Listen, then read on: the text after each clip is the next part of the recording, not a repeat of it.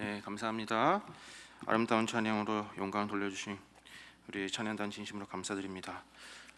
오늘은 특별한 우리 목사님을 모시고 또 말씀 듣는 시간을 갖도록 하겠습니다. 잘 아시듯이 우리 노재면 목사님 간단히 소개해 드리도록 하겠습니다. 우리 노재면 목사님은 충신대학교 신대원 졸업하시고 그리고 대한신학대학원 대학교에서 구약학 박사 학위를 취득하신 다음에 이제 현재 대한신학대학원 대학교 구약학 교수로 지금 재직하고 계십니다.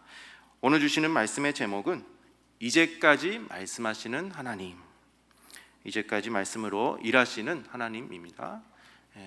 말씀 주실 때 큰 은혜 받으시길 바라겠고요. 목사님 나오실 때 우리 성도의 교제 할렐루야로 인사하도록 하겠습니다. 인사하겠습니다. 할렐루야.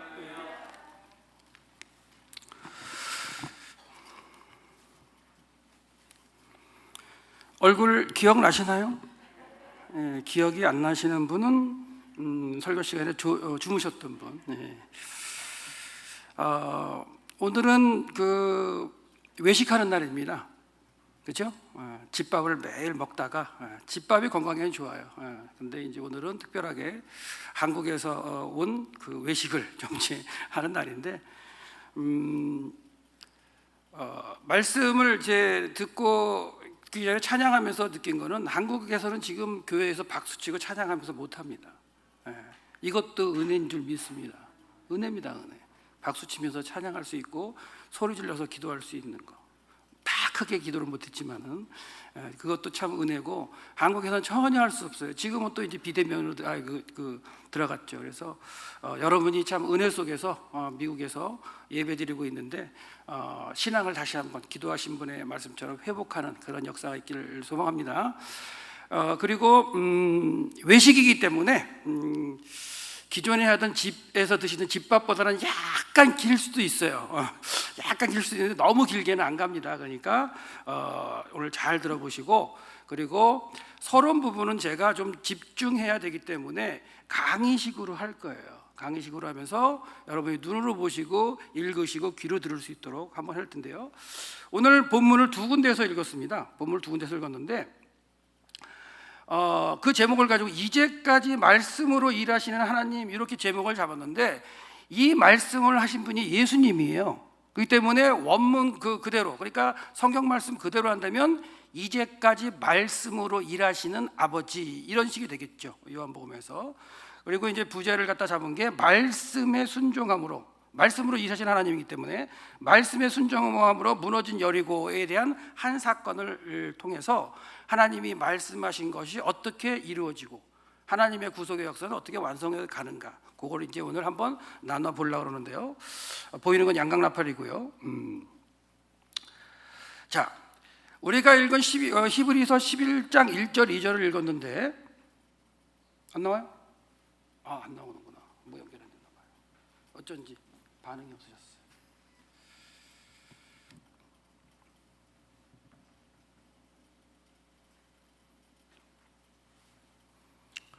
이렇게 또 이런 게 있어야 또 재밌죠. 나오나요?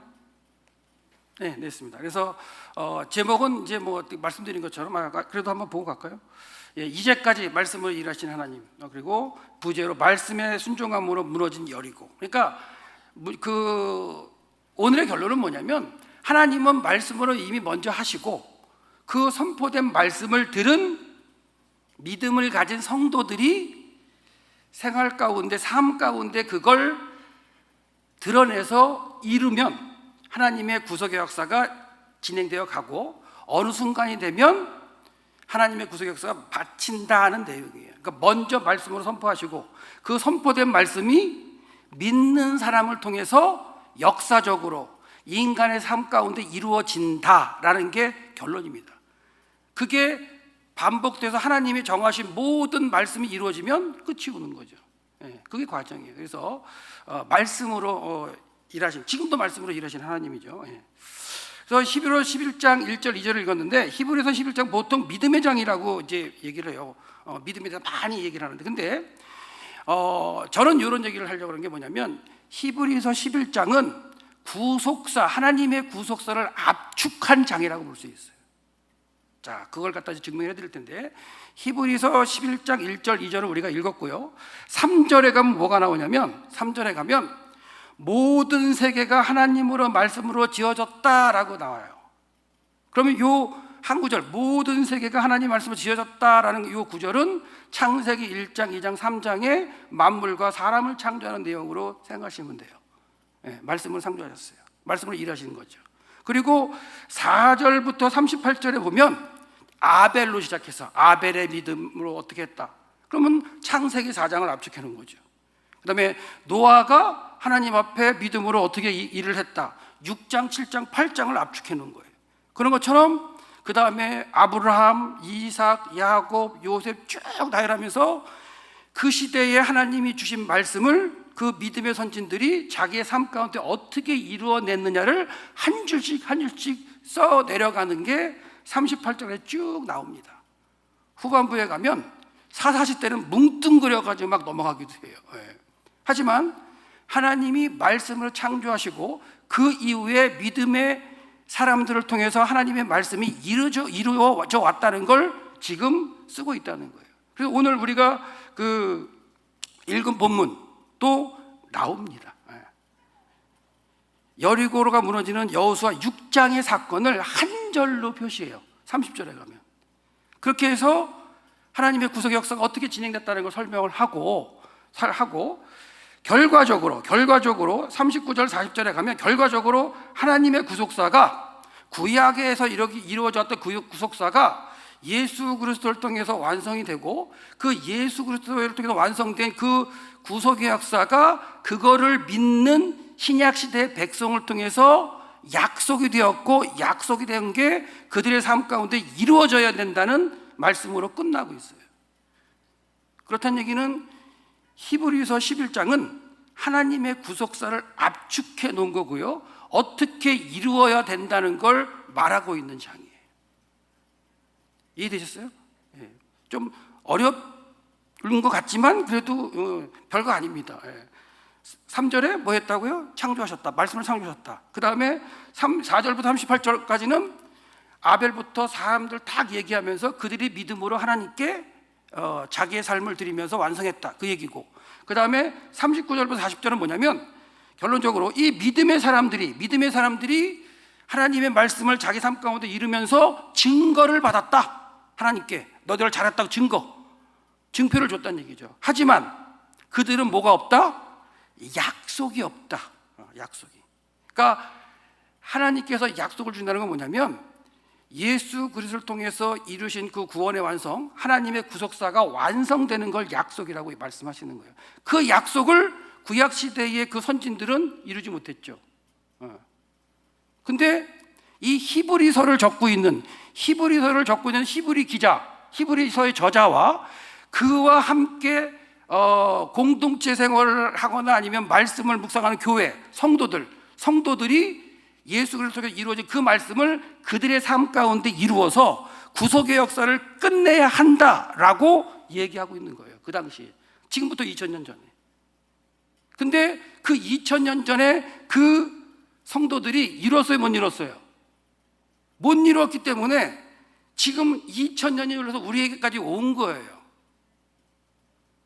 서론이자 결론을 말씀드리려고 생각한 건데 우리까지 왔는데, 자, 우리에게까지 와서 지금 하나님의 약속이 계속 진행되고 이루어져 가려고 하고 성도들의 구속의 역사의 깨달음 가운데 반응하고 약속을 이루어 가려, 하나님의 약속하신 걸 이루려고 우리가 구속사의 완성을 위해 달려가고 있는 거예요. 그러면 우리가 구속사의 마침표를 찍고 달려가고 있는데, 그렇다면 이 히브리서 저자가 얘기했던 2000년 전의 성도들은, 그 성도들은 뭐가 되는 거예요? 믿음의 선진들이 되어버린 거죠. 그들이 약속을 받았었는데 그들의 당대의 약속, 하나님의 약속 이루지 못했기 때문에 어떻게 된 거예요? 그 약속은 계속 후대로 넘어와서 2000년 후인 우리에게까지 와 있고 우리가 이루는 대상이 돼 있고, 2000년 전에 약속을 받았던 그들은 뭐가 되는 거예요? 믿음의 선진들이 돼가지고 증거만 받고 있는 거예요. 그래서 그들이 누굴 기다리고 있다? 마지막 때 하나님의 구속의 역사를 이룰 우리들을 기다리고 있다. 왜? 우리들이 약속을 이루어내야 그들도 기쁨의 자리에 참여하면서 하나님의 구속의 역사의 마침에 참여해서 기쁨으로 누리기 때문에 그 얘기가 지금 히브리서 11장의 얘기인 거예요. 그렇다면 똑같은 원리로 우리 시대에 하나님이 약속하신 약속을 이루지 못한다면 어떻게 될까요? 또 다음 세대로 넘어가서 저 후세대 한 400년 500년 후에 후세대들이 우리를 보고 뭐랄까요? 저 믿음의 선진들, 왜 그때 잘못했지? 왜 그때 하나님의 뜻을 못 이뤘을까? 그런 얘기를 하는 거예요. 우리가 이 시간 2000년 전에 예수 그리스도 오셔서 이루시는 그때의 제자들에게 왜 그때 믿음으로 반응하지 못했지? 이러거나 히브리서 저자가 선포하는 그 메시지를 듣고 그 당대에 왜 못 이루었지?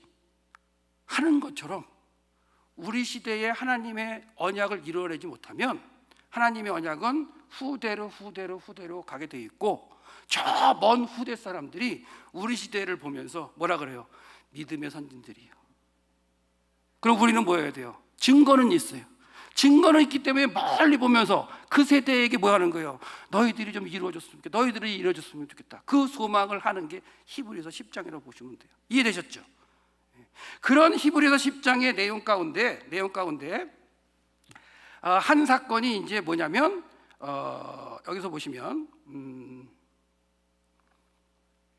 자 하나만 여기서 보고 넘어갈게요. 설명을 드린 대로 다시 한번 그 글로 한번 읽어보면 믿음의 선진들이 증거를 받았어요. 받았지만 약속은 받지 못했다는 말씀이 나와요. 근데 이 약속은 뭐냐면 하나님께서 여자의 후손을 통해서 세상을 구원하시겠다는 구속사의 완성이죠. 그걸.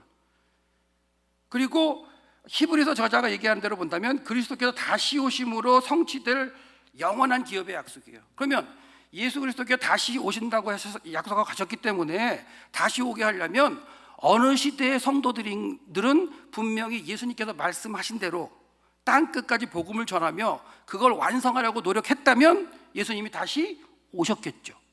그 당시에 이루어졌다는 얘기예요. 근데 그렇게 하지 못하고 2000년을 흘러서 지구의 역사는 지금 우리가 마지막 세대를 살고 있는 사람들이라는 거예요. 그렇다면 최소한 우리를 소망을 가지고 바라보는 믿음의 선진들이 쫙 있다는 거예요. 노아, 그다음에 아브라함, 에녹은 올라가셨지만 그런 분들이 증거를 가지고 우리를 소망하면서 우리를 위해서 기도하고 계신다고 보셔도 돼요. 그렇다면 그렇게 기도를 갖다가 받고 있는 우리들이 코로나로 인해서 신앙이 엉망이 되고 삶이 엉망이 되는 가운데 예배 생활을 못하고 이런 부분으로 또다시 하나님의 약속을 이루지 못해서 또다시 저 먼 후대에게 믿음의 선진들이야. 저 믿음의 선진들이 2021년대를 살았어. 그렇게 말할 수 있다는 거예요. 근데 아직 2021년이 넘어가지 않고 아직 우리 시대의 세상이 흘러가고 있기 때문에 저와 여러분이 말씀을 잘 깨닫고 하나님의 구속 역사를 감당할 수 있는 세대가 되기를 소망합니다. 그래서 2000년이 지난 이 시대에 히브리서 11장을 통해서 2021년 7월 14일 수요일 저녁 이 시간 늘 푸른 교회 성도들과 제가 하나님의 말씀을 묵상하면서 다시 한번 우리에게 주어진 약속을 내 삶 가운데 이루어서 실체로 드러내자라고 다짐하는 시간이 오늘 시간이 되시기를 소망합니다. 이게 서론이에요. 그러니까 우리를 소망하고 있다는 거예요. 많은 선진들이.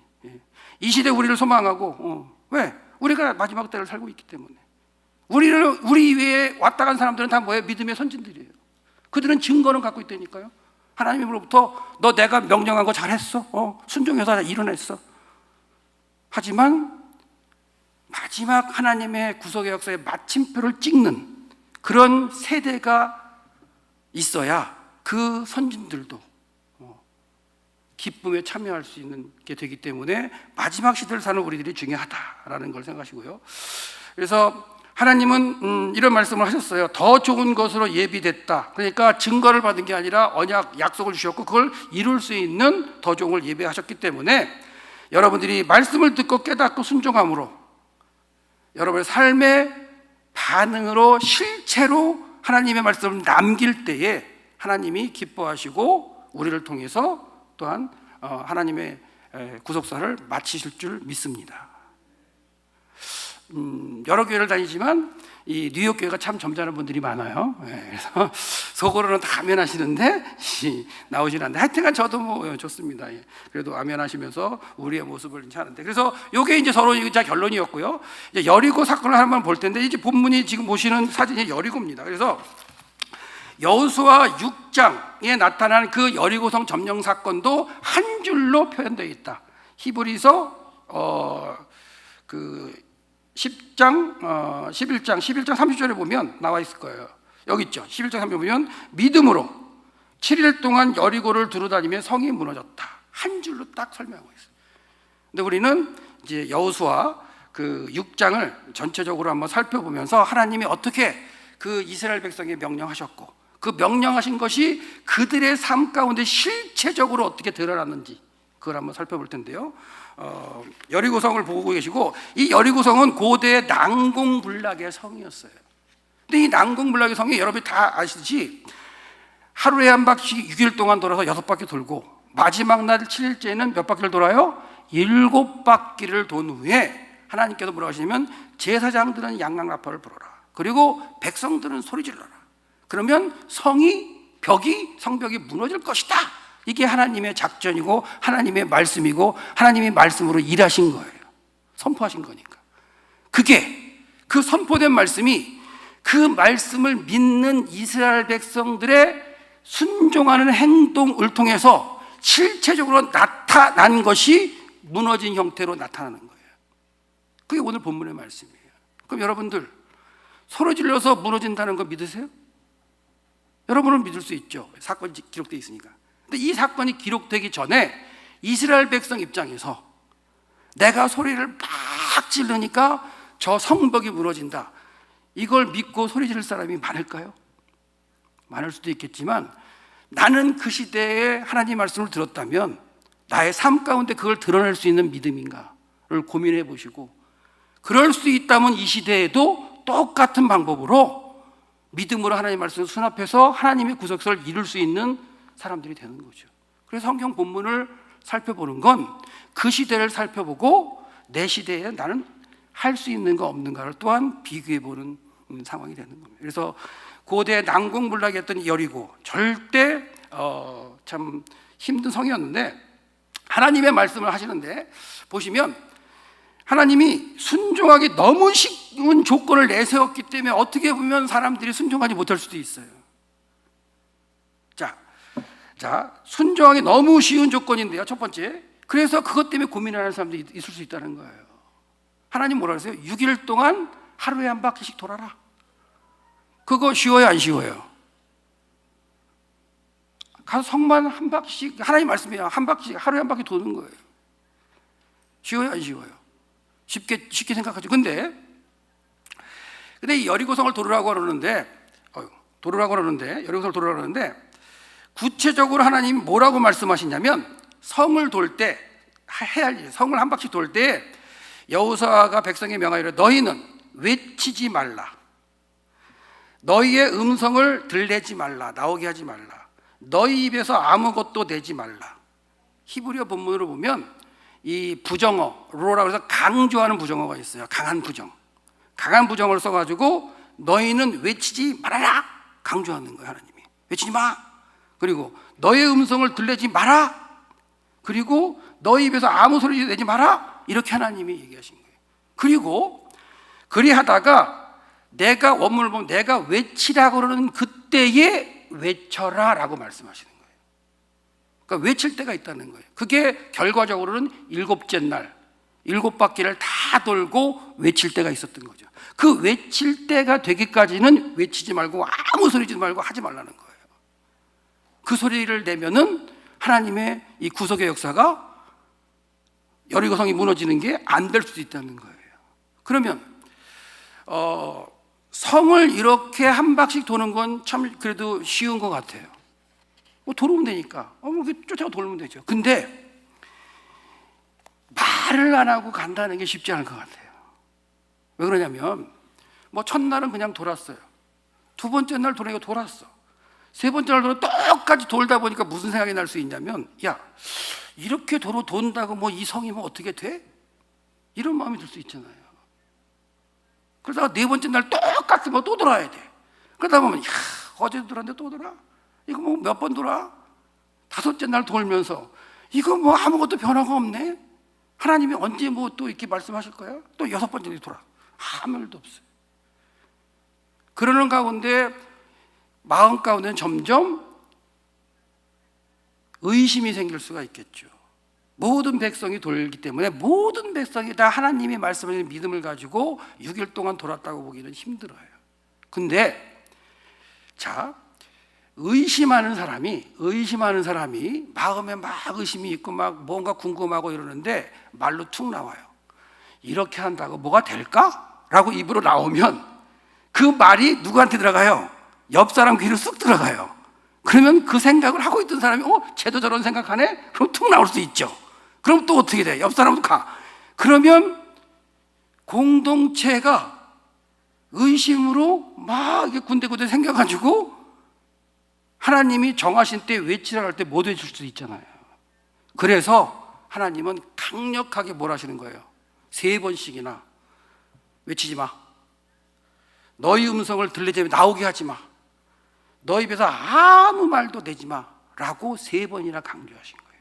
근데 그렇게 말을 안 하는 때는 정해진 기간이 있어요.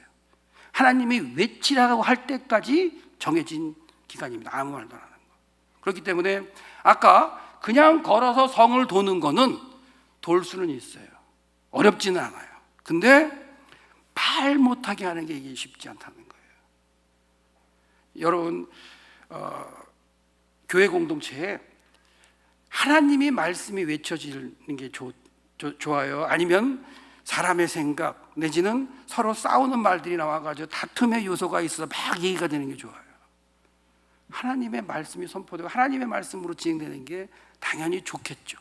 그걸 알면서도 내 마음에 생각했던 안 좋은 거, 내 생각에 안 좋은 것들이 내 입으로 툭툭 나오면 개인의 마음속에 있을 때, 개인의 생각에 있을 때에는, 그리고 안에 있을 때는 죄가 안 될 수 있어도 나오는 순간 나에게도 죄고 내 공동체에 누군가가 또한 죄를 짓게 만드는 그런 요소가 될 수 있기 때문에 하나님께서는 명령하실 때 그렇게 하지 말라고 말씀하고 계신다는 거예요. 그렇기 때문에 여러분의 교회, 이 늘푸른 교회 안에서도 오직 하나님의 나팔 소리, 하나님의 말씀만이 외쳐지시는 교회가 되시기를 소망합니다. 그 말씀이, 자 보세요 이제. 그래서 6장 8절을 보면 여호수아가 백성에게 이르기를 마치고 제사장 일곱 양나팔을 잡게 했어요. 그리고 여호와 앞에서 행진하면서 나팔을 불었습니다. 여호와의 언약궤는 그 뒤를 따랐어요. 그렇다면 6일 동안 행진할 때, 하루 한 바퀴 행진할 때에 사람들은 말을 할 수가 없어요. 하지 말라 그랬으니까. 그럼 오로지 뭐만 들리는 거예요? 나팔 소리만 들려요. 나팔 소리만. 하나님이 명령하신 대로 나팔 소리만, 그 나팔 소리를 듣고 사람들은 입을 닫아야 되는 거예요. 이 나팔 소리가 뭘까요? 하나님의 일을 진행하게 하는 그 나팔 소리입니다. 그게 이 시대로 본다면 교회 목사님 아니면 평신도 지도자가 가르치는 하나님의 말씀이 선포되는 그 말씀만이 울려 퍼지고 사람의 소리는 나오지 않아야 돼요. 근데 끝까지 안 나오면 안 됩니다. 외칠 때가 있다는 거예요. 그 외칠 때는 분명히 외쳐야 되는 거예요. 그걸 준비하기 위해서 하나님의 나팔 소리, 하나님의 말씀을 들으며 내 속에 있는 의심, 불평, 불만 이런 것들을 다 내놓을 때 하나님이 일하실 수 있게 되고 하나님의 말씀이 나온 것이 나와 우리를 통해서 이루어진다는 것을 믿으시기 바랍니다. 그래서 이 여리고성이 무너지는 방법을 하나님이 이렇게 말씀하고 계시는데 아까도 얘기했지만 전혀 인간적인 방법이 아니죠. 인간 상상할 수도 없는 방법, 그걸 말씀하시는 게 하나님이셨다. 그 다음에 또한 여리고성을 도는 목적은 여호와의 궤가 성을 돌게 하려는 것이라고 써 있어요. 여러분들 이런 생각을 자세하게 해보지 않으셨을 거예요. 여리고성을 돌게 하신 목적이 여호와에게 하나님의 언약궤가 돌게 하기 위한 것이라고 되어 있어요. 그래서 6장 11절 말씀에 보면 여호와의 궤로라고 이제 우리 그 개역 성경들은 번역이 되어 있는데, 이걸 직역어라 원문을 보면 여호와의 궤라는 게 주어예요. 여호와의 궤가 그 성을 돌도록 하기 위해서 돌아가도록 했다, 직역하면 그래요. 개역 성경은 돈다는 단어를 한 번밖에 안 써요. 근데 원문으로 보면 돈을 다는 단어를 갖다가 나카프라는 단어하고 사바브라는 단어하고 두 개를 갖다, 사바브는 여러분 많이 하죠. 사비브 사비라는 그 단어이기 때문에 두 가지 단어를 쓰면서 도는 거에 대해서 강조하고 계신다. 돌 때 소리 내지 말라, 이 말씀으로 강조하고 계세요. 근데 그 도는 이유가 뭐다? 여호와의 궤가 성을 돌게끔 하려고 하시는 것이다 라고 말씀하고 계신다는 거. 그 다음에 12절에 보시면 여호수아가 아침에 일찍 일어나게 하는 게 나와요. 이건 사역형인데 시키는 거예요. 그러니까 앞에도 돌도록 시킨다는 표현으로 하셔야 되는 거예요. 히브리 형태 보면 사역 형태예요. 시키는 거. 하나님이 강자는 막 시키는 그런 느낌이 나요. 그리고 그런 일들을 하기 위해서 여호수아는 리더잖아요. 하나님 말씀을 선포하는 리더고 지도자이기 때문에 백성들을 아침에 일찍 일어나고 깨우는, 시키는 그런 역할을 하면서 일어나게 하고, 또한 한 바퀴씩 매일 6일 동안 돌게 하는 이런 과정이 있었다는 거죠. 자, 이렇게 표현하는 가운데 13절에 보면 제사장의 행동을 중심으로 표현하고 있는데, 7 제사장은 7 양각나를 잡고 여호와의 궤 앞에서 행진하라 또는 진행하라. 또한 그 7 제사장이 나팔을 불고 무장한 자들은 그 앞에서 행하라. 그리고 후구는 여호와의 궤 뒤에서 행하고 제사장들은 나팔을 불며 행하라. 이렇게 해서 주로 제사장 중심으로 가는 그런 형태로 지금 하나님은 그 행렬을 이끄시고, 언약궤가 돌게 하는 것도 언약궤를 맨 제사장들이 가는, 그러니까 하나님의 말씀을 선포하고 하나님의 하시는 일을 가르치는 교회의 교역자 또는 평시도 지도자, 이들을 통해서 하나님의 일이 진행되게 하시는 그런 증거를 충분히 볼 수가 있겠죠. 그리고 여기에 사용된 행하니라, 진행하다, 행하다, 이게 이제 네 번, 할락하는 동사가 이제 네 번을 쓰이는데, 이 단어는 참 재미있는 단어예요. 우리 믿음장에서 그 에녹을 우리가 봤었고요. 그다음에 노아를 봤었고, 이제 아브라함이 있는데, 이 아브라함, 노아, 에녹에게 하나님이 나타나셔가지고 너 내 앞에서 히탈라크 해라 이렇게 말씀하신 적이 있어요. 이거는 구속서 책에도 나오는 단어예요. 들어보신 단어겠죠. 그게 무슨 말이냐면, 너희들은 내가 명령한 거, 그것을 너희들의 삶 가운데 스스로 너희들이 행하면서 이루어내라 라고 말씀하시는 단어가 히탈라크라는 단어예요. 그러니까 에녹은 그 말씀대로 뭐예요? 하나님과 300년 동안 스스로 동행한 거예요. 스스로 히탈라크 했어요. 에녹. 그래서 데려가셨어요. 노아는 방주시라는 말씀을 주신 다음에 80년이 안 되는 기간 동안 뭐 한 거예요? 스스로 그 말씀을 가지고 걸으면서 방주를 완성해낸 거예요. 아브라함, 히탈라크 하라는 명령을 갖다가 몇 번을 들어요. 아브라함 좀 복잡한데, 처음에 말을 좀 잘못 듣다가 99세에 또 말씀하셔가지고 그것도 안 듣다가 나중에 창세기 22장에 가서 너 히탈라크 해라. 그럴 때 그때 완성하는 게 아브라함의 모습이긴 해요. 하지만 이 세 사람에게 주어졌던 스스로 행해서 완성하는 그 말씀이 주어졌는데, 이들은 다 그렇게 했어요. 근데 지금 약속의 땅에 들어간 이스라엘 백성에게는 스스로 너희들 믿음 가지고 행해라, 그렇게 할 수 있는 수준이 안 돼요. 그렇기 때문에 히탈라크 명령은 없어요.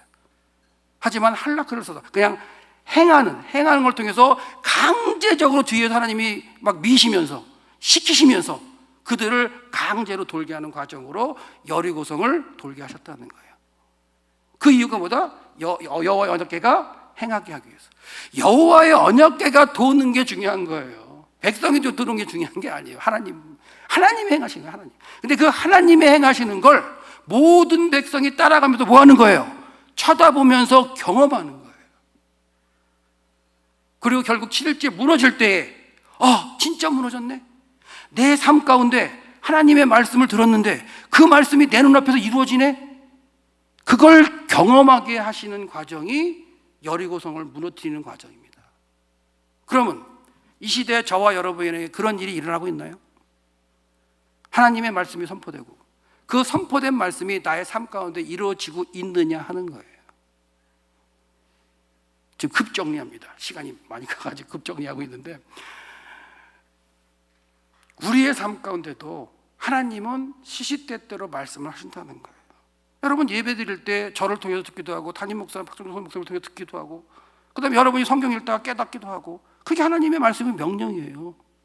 근데 깨달았는데 내 삶 가운데 현장에 들어가 하려고 보니까 실체로 드러나지가 않아요. 실체로 드러나게 하는 게 중요하다는 얘기를 하는 겁니다.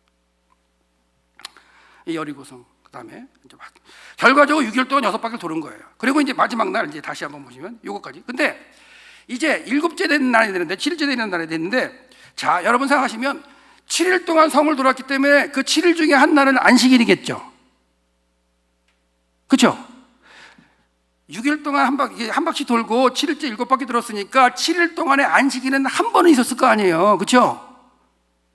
제 말이 맞죠? 그러면 하나님께서 안식일 날 일하라 그랬어요? 하지 말라 그랬어요? 하지 마라. 안식일 날 일하면 죽는다 말씀하셨기 때문에 안식일 날 일하는 게 당연한 거예요. 근데 결과적으로는 7일 동안 돌았기 때문에 안식일 날도 도른 거예요. 근데 제가 생각할 때는 7번째 날이 안식일일 가능성이 크다는 거예요. 그 7이라는 숫자로 계속해서 그 날에 집중이 되고 그날만 7바퀴를 돌게 돼요. 그리고 7 제사장이 7 양강나팔을 들고 외치게 되고, 그러면 성경에 그렇게 그날이 안식일이라고 나오지 않지만 7일째 되는 날이 안식일이었다고 친다면, 안식일이었다고 친다면, 이스라엘 백성의 입장을 한번 생각해 보려고 그래요. 6일 동안 이제 6일째 되는 날 한 바퀴 돌았어요. 돌고 장막으로 들어오면서 무슨 생각할까요? 그들은 내일은 쉬는 날이네 이럴 수 있죠. 그렇잖아요. 7째 날이 안식일이라고 본다면 내일은 쉴 수 있는 날이네. 근데 그 쉴 수 있는 날에 뭐 하래요? 한 바퀴도 아니고 7바퀴 돌으래요. 한 바퀴 도는 날도 여호수아가 아침부터 깨웠는데 7바퀴를 돌려면 여호수아가 어떻게 했을까요? 아마 새벽부터 막 난리 막 치면서 일어나 했을 거예요 아마. 그러는 가운데 또 시키고 밀고, 그게 이제 스스로 믿음으로 가기보다는 여호수아가 땡기고 하나님이 막 명령하셔가지고 막 믿음 있는 사람이 득달같이 막 밀어대니까 할 수 없이 또 언약궤를 메고 제사장이 가니까 거기를 쫓아가는 거예요. 그렇게 해서 어가곡 해가지고 7바퀴를 돌았어요. 아마 시간이 한 오후쯤 됐을지도 몰라요. 새벽부터 돌아가지고. 그 다음에 뭐 하래요? 소리지를 합니다. 양강나팔 불고. 양강나팔이 원래 계속 불었던 거고, 계속 7일 동안 들었던 거고. 근데 하나님이 이제 명령이 나와서 이제는 외칠 때다. 근데 외칠 힘이 없을지도 몰라요. 지쳐가지고. 쉬는 날인데 여기까지 나왔어. 왜 불렀어? 쉬는 날인데. 이런 사람도 있을지 몰라요. 그렇게 반응하는 사람들이 하나님이 외치라 할 때 외칠까요? 아마 어떤 사람은 립싱크 했는지도 몰라요. 와! 하는데 그래도 하나님의 역사는 일어나요. 믿는 사람을 통해서. 그래서 7일째 된 날 7바퀴 돌고 외치면 무너질 것이다 라고 말씀하시는 게 믿어지겠냐고요. 외치면 무너진다는 게. 근데 그걸 믿는 사람이 있었고, 그 믿는 사람이 얼마 되는지 모르지만 그 믿는 사람을 통해서 뭐가 돼요? 여리고는 하나님 말씀대로 무너졌다는 거예요. 무너지는데 그 무너지는 게 이 여리성인데요, 이거는 사람이 정복해가지고 어떻게 올라갈 수 있는 성이 아니에요. 고대에 진짜 난공불락의 성이에요. 사람의 힘. 그 당시에 이 이스라엘 백성은 청동기 시대도 아니에요. 사실은 무기도 없어요. 이런 성벽을 어떻게 깰 수가 없어요. 그러는 가운데 하나님이 뭐라냐면 소리 질러라. 무너지는데 소리 지르면 성이 무너질 것이다 이런 얘기예요. 근데 그 성이 어떻게 무너지냐면 바깥쪽으로 이렇게 무너지게 돼 있어요. 바깥쪽으로. 자 보세요. 고대의 성을 갖다가 무너뜨리려고 막 공격을 하면, 바깥에서 안쪽으로 공격하면 성벽이 어느 쪽으로 무너질까요? 성벽 안쪽으로 무너지겠죠. 그게 정상인데, 이 여리고성은 하나님이 무너뜨렸다는 증거가 나오는 게 뭐냐면, 지금도 고고학적으로 가면 성이 바깥쪽으로 무너졌어요. 바깥쪽으로 무너지게 하시는 이유가 뭐냐? 성이 무너지는 걸로 끝이 아니에요. 약속의 땅의 첫 성이었기 때문에 그 성에 들어가서 그 성에 있는 모든 사람들을 진멸해야 돼요. 누구만 빼놓고, 라합과 그에게 속한 사람만 빼놓고. 언약을 받는 사람 빼놓고 다 진멸하는 거예요. 그리고 은금, 기물 그런 것들은 다 가져다가 하나님께 드려야 되는 게 정상인 거예요. 그러니까 성벽이 무너지는 게 끝이다 아니다? 끝이 아니에요. 근데 이스라엘 백성이 그럼 안으로 들어가려면 성벽이 어떻게 무너져야 돼요? 바깥으로 무너져서 그 바깥으로 무너진 벽들이 계단이 돼가지고 그걸 밟고 올라가서 성을 점령하게 하셨던 게 하나님의 역사입니다. 그 역사를 이스라엘 백성도 눈으로 체험하고 그리고 삶으로 목격한 거예요. 그리고 무너진 성을 올라가서 뭐 하는 거예요? 진멸하는 거예요. 끝까지 하나님의 순전히 진멸을 해야 하나님의 역사가 이루어지는 거예요. 그리고 그 아래에 있던 금, 은, 기구 이런 것들은 하나님의 곳간에다 드려야 돼요. 이건 다음 시간에 제가 다음에 만날 때 다시 해드릴게요. 근데 성이 무너지고 내 앞에서 하나님의 구속의 역사가 일어나고 내가 들어가서 하나님 말씀을 성을 정복하고 있는데도 그 과정 가운데 무너지는 사람이 있다는 거예요.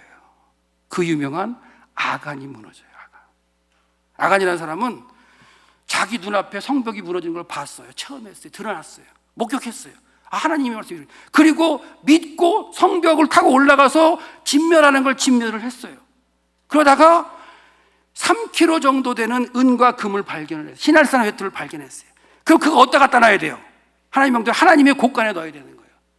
갖고 나왔어요. 그러니까 많은 사람들이 그런 걸 갖고 나온 거예요. 갖고 나왔는데 모든 사람들은 하나님의 곳간에 갖다 놨는데 아간은 어떻게 한 거예요? 자기 장막에다 갖다 놓은 거예요.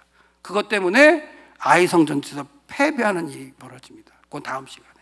그래서 하나님의 구속의 역사가 이루어지는 현장에 내가 있는가 할 때 그걸 체험하고 목격하고 내 삶까지 수행하는 것도 중요한데 끝까지 하나님이 정하신 그 말씀의 끝까지 가는 게 더 중요하다는 거예요.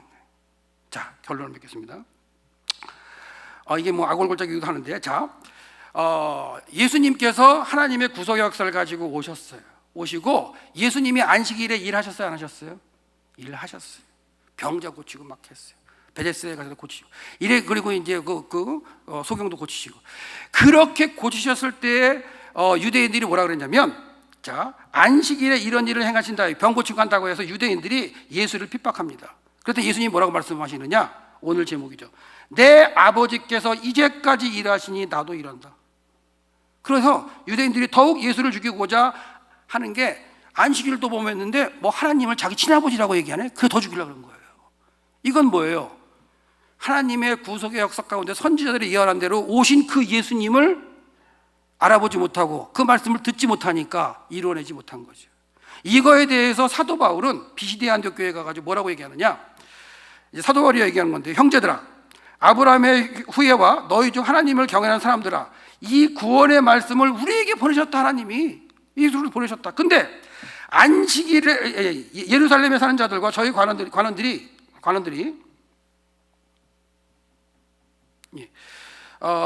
예수와 안식일마다 외웠어요. 성경을 막 다 외운 거예요. 막 1절 때 다 외우는데 선지자들이 말한 바 예수를 통해 예언했던 그거에 대해서 깨닫지 못하는 거예요. 읽기를 읽고 외우기를 외웠는데 뜻을 알지 못했다는 거예요. 그래서 예수를 정죄해서 십자가에 못 박고, 그리고 선지자들의 말이 응하게 되었다. 이게 좀 약간 어려운데 표준 세 번역에 보면 그래도 원문에 갖게 번역이 되어 있어요. 뭐라고 되어 있냐면, 그런데 예루살렘에 사는 사람들과 그들의 지도자들이 예수를 알지 못했다. 말씀이 육신이 되어 오신 예수를 알지 못했다는 얘기를 해요. 사도 바울이 이렇게 얘기하는 거예요. 그리고 안식일마다 읽고 했지만, 메시아에 대한 본문을 읽고 했지만 선지자들이 예언한 말도 그것도 깨닫지 못했다. 그래서 예수를 정죄해서 십자가에 못 박았다. 그래서 예언자들 말 이러다. 이게 사도 바울이 비시디아 안디옥에 1차 전도에 가서 선포하는 말씀이에요. 그러면 사도 바울이 니네들 잘못했잖아, 이런 얘기하는 것 같으세요? 아니에요. 왜 그러냐면 예루살렘에 사는 사람들과 그들의 지도자들, 원래 사도 바울이 어디 살았어요? 원래 고향은 다소지만 예루살렘에 유학 가가지고 가말리엘 학파로 율법을 배우면서 예루살렘에서 살고 랍비였어요. 그들의 지도자였어요. 본인이 이런 게 했던 사람이에요. 다 구약을 딸딸딸 외우고, 그리고 안식일마다 안식일 지키고 그랬던 게 본인이에요. 그러면서 뭘 몰랐어요? 예수가 그러신 줄 모르는 거예요. 사도 바울은 가말리엘 문화의 최고의 학문을 한 사람이에요. 구약을 통달해서 진짜 구약에 대해서 너무나 잘 알았던 사람이에요. 그러니까 예수님 오셨을 때 예수 당신은 그리스도 될 수가 없어 라고 내가 구약을 너무나 잘 알아 그러면서 아니라고 했기 때문에 예수를 그리스도라고 고백하는 사람들을 잡아 죽이고 했던 그런 사도 바울이었어요. 그 사도 바울이 이런 고백을 할 때 나는 잘났고 너희들은 뭔다 이런 얘기하는 게 아니에요. 이 말씀을 하면서 나도 과거에는 그랬지, 나도 예수님을 만나긴 그랬지 라고 회개하는 마음으로 그들에게 얘기하면서 너희들도 나처럼 회개하는 마음으로 예수를 그리스도로 고백하고 하나님의 일을 감당하는 사람들이 됐으면 좋겠다라고 말씀하고 계시는 거예요. 그렇다면 아버지 말씀을 받고 구속의 말씀을 받는, 그리고 많이 알고 있는 여러분들이라면 모르는 사람들에게 뭐 해야 돼요? 나도 옛날에는 몰랐어. 이제까지 일하시는 말씀에 일하시는 아버지의 역사를 몰랐어. 근데 깨닫고 나니까 아버지가 말씀을 역사하셨어. 그 고백을 하는 가운데 아직 그 믿음까지 가지 못한 사람들을 깨우쳐서 책망의 말이 아니라 자기에게 먼저 하면서 나누어서 그들을 같이 하나님의 구속의 역사에 동참하게 하는 여러분과 제가 되시기를 소망합니다. 그게 안식일마다 읽어서 깨닫지 못하는 그런 사람들이 있기 때문에 하는 말이에요. 그냥 내버려 두지 말고 체험한 사람이 그들을 인도하기를 바라는 사도 바울의 외침이라는 거. 이게 우리에게도 필요한 거예요. 좀 많이 한다고 내가 더 한다고 또 그것도 모르지 하지 마시고. 그런 일 옛날에 많이 했어요. 몰려다니면서 막 이제 하고, 그거 안 듣는 사람 너 그거 안 들었지? 손 긋고. 경험 있으세요 없으세요? 없으신가 보다. 은혜네요. 그게 없으면 은혜예요. 그랬어요. 수근수근하고. 그러지 말라는 거예요. 하나님의 말씀을 깨닫지 못하는 자가 있다면 가서 전에 더욱 깨달아서 뜻을 알게 해서 예수를 그리스도로 고백한 것처럼 마지막 때 아버지의 역사를 통해서 하나님의 구속 역사가 이루어진다는 깨닫게 해서 하나님의 구속의 역사를 감당하게 하는 저와 여러분들에게 되시기를 소망합니다.